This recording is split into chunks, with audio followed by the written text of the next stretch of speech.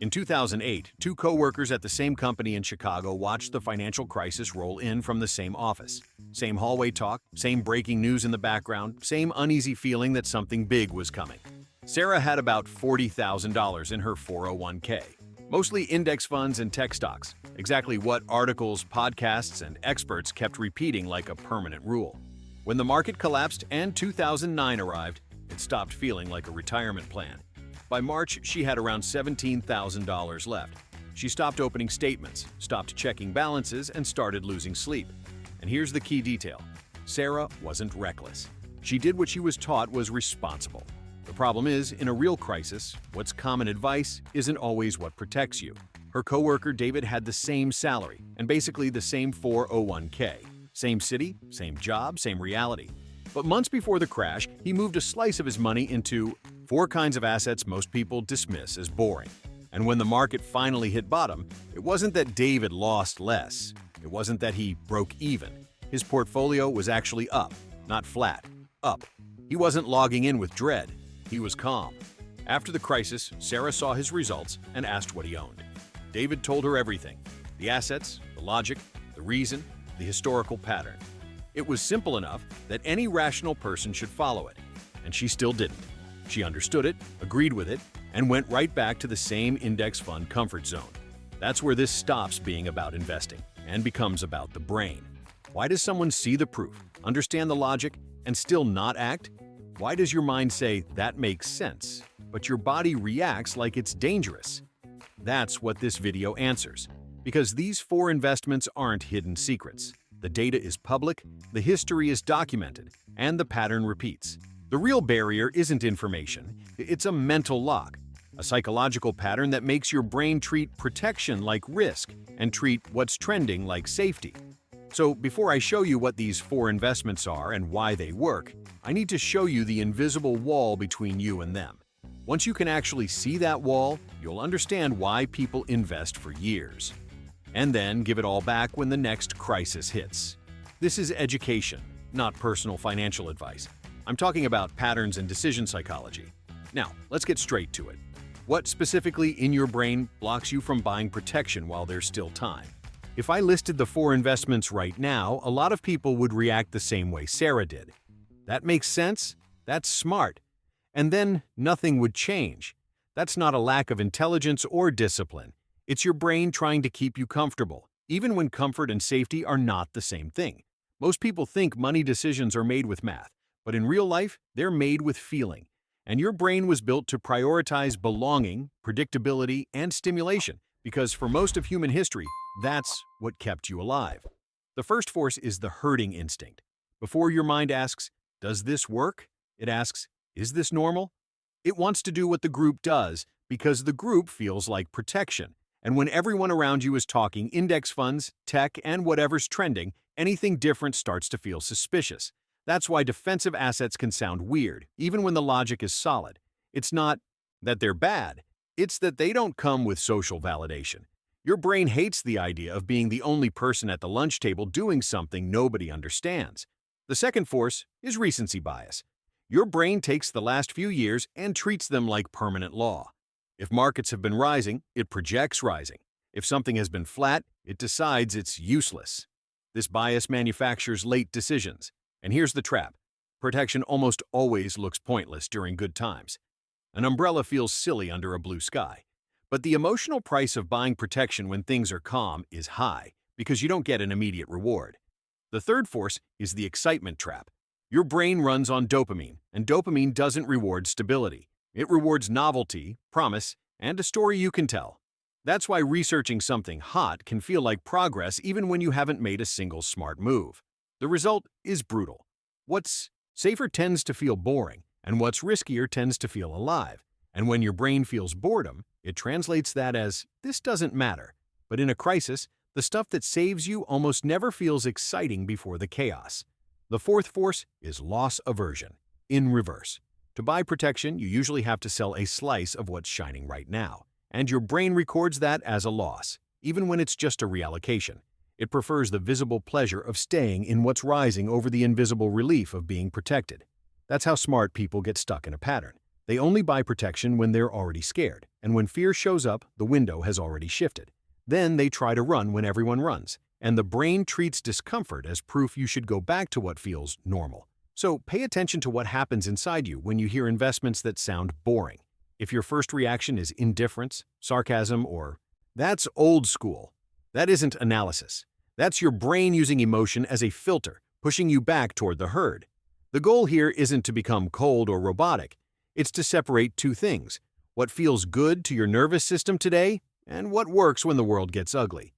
When you learn to recognize this mental wall, you stop confusing boring with worthless, and you start seeing protection as strategy, not weakness.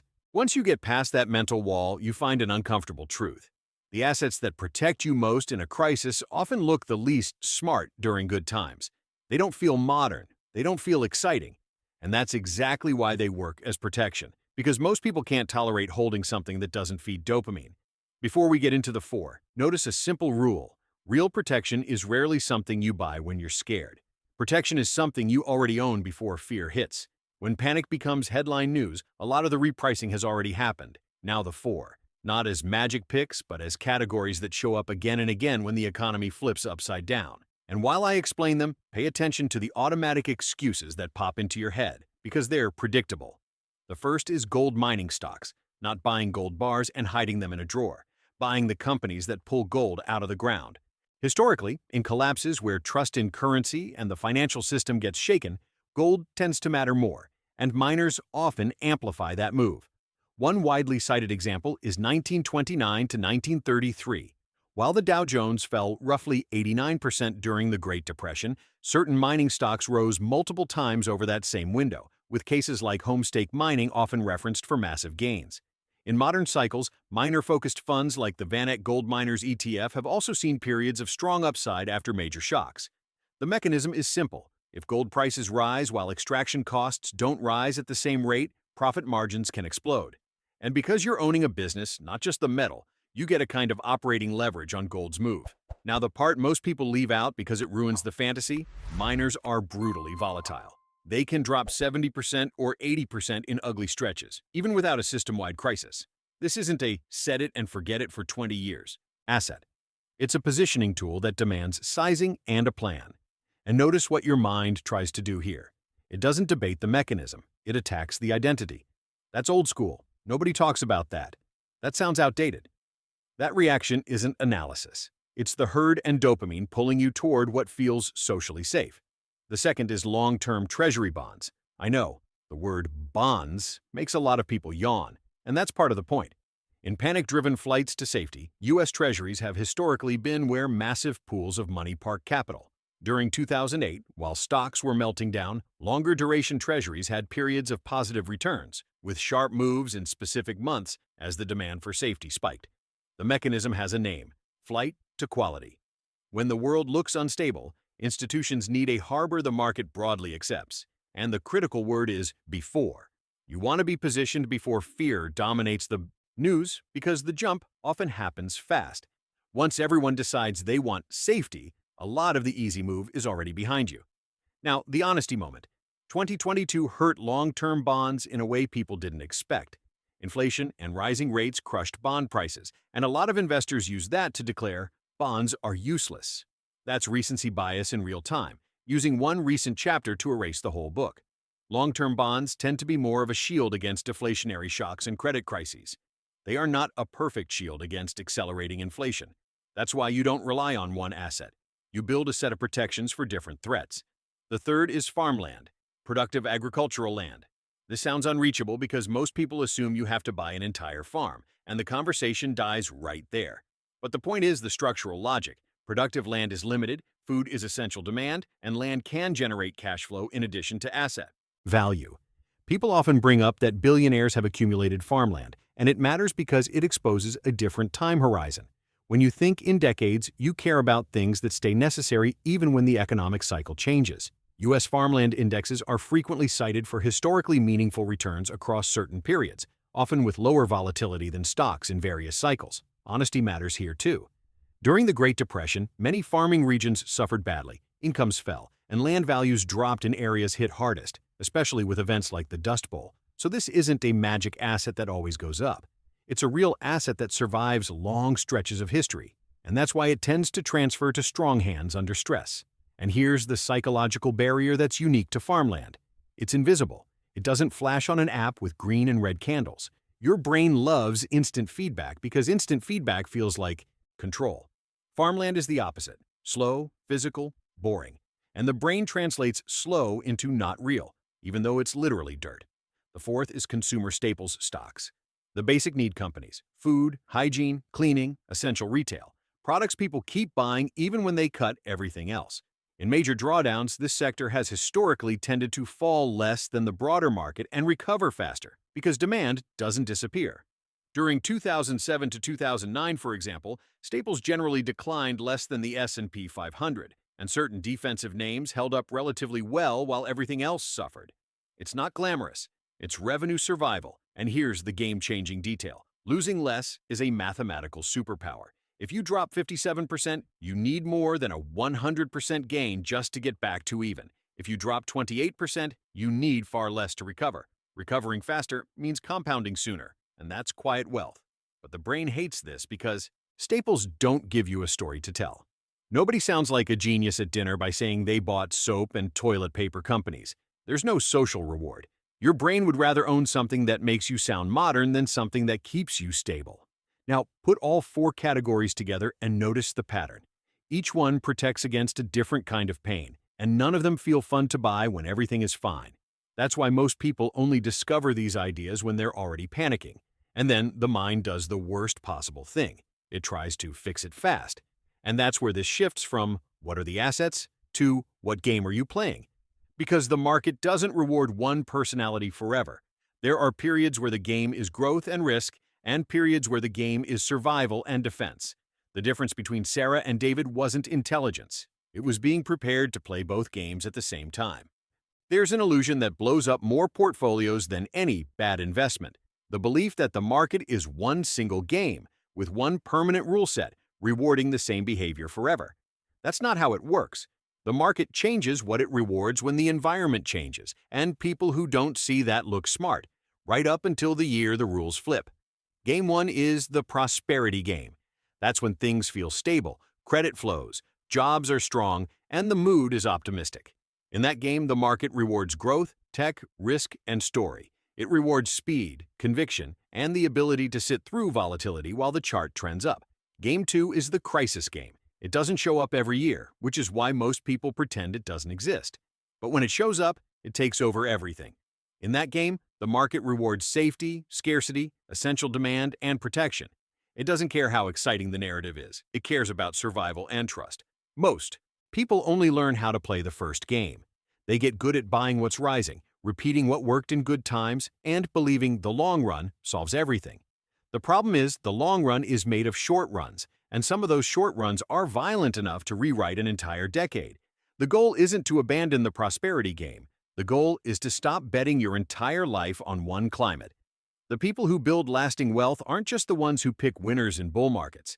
They're the ones who can survive the crisis without being forced to sell at the worst moment, and still have the emotional liquidity to act when everyone else is panicking. This is where people get mentally trapped. They hear this and assume it means they need to predict the next crash. You don't. Predictions are a distraction. The goal isn't to guess the exact day the fire starts. The goal is to have extinguishers in the house before the smoke shows up. In real life, that looks like a partial, deliberate allocation. Not blowing up your portfolio, not dumping index funds, not becoming a doom and gloom character. It means carving out a slice, something like 10% to 20%, toward assets that have historically held up better when the system is under stress. That slice does two things most people never calculate. First, it reduces the odds you panic and make an irreversible decision. Second, it gives you a real sense of, "I have pieces that work in chaos," which completely changes your psychology the moment the headlines start screaming. The most important detail is emotional timing. The best psychological time to buy protection is when you're not scared. When you are scared, your brain wants a fast fix, and that usually leads to buying expensive and selling cheap. Protection works best when it's built calmly, before it feels urgent. If you want a simple frame, think insurance. You don't buy fire insurance because you're certain your house will burn down. You buy it because the cost of not having it on the day something happens can be catastrophic. What destroys ordinary people in crises isn't losing money. It's being forced to sell at a terrible time to pay bills, protect family, or get their sleep back. There's another mental trap here. When markets are calm, your mind calls protection dead money. When markets panic, your mind calls protection the only thing that makes sense. That delay is the hole. The goal is to remove the delay. One way to reduce the delay is to watch 3 simple signals, not as predictions, but as a thermometer. They don't say tomorrow. They say the environment is shifting and stress probability is rising. That's all you need to move calmly. The first is the yield curve. When short-term rates run higher than long-term rates, that's an inversion, and historically, inversions have often shown up ahead of recessions.